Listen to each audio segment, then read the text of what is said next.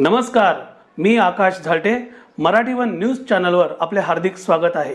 चला तर पाहूया आजच्या काही ठळक घडामोडी. साथीचा प्रादुर्भाव टाळण्यासाठी महापालिकेच्या प्रभागात साफसफाई, धुरीकरण व फवारणीची मोहीम सुरू. सततच्या मुसळधार पर्जन्यवृष्टीनंतर सखल भागात ठिकठिकाणी पाणी साचून रोगराई होण्याचा संभव असतो.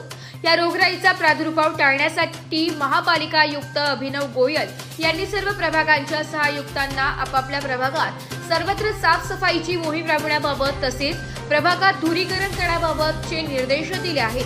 गेल्या काही दिवस कल्याण डोंबिवली परिक्षेत्रातही सर्व ठिकाणी अतिवृष्टी होत आहे. त्यामुळे विशेष करून वालधुनी सारख्या सखल भागात तेथील सहाय्यक आयुक्त यांनी आपल्या पथकामार्फत डीप क्लिनिंग ड्राईव्ह सुरू केलाय.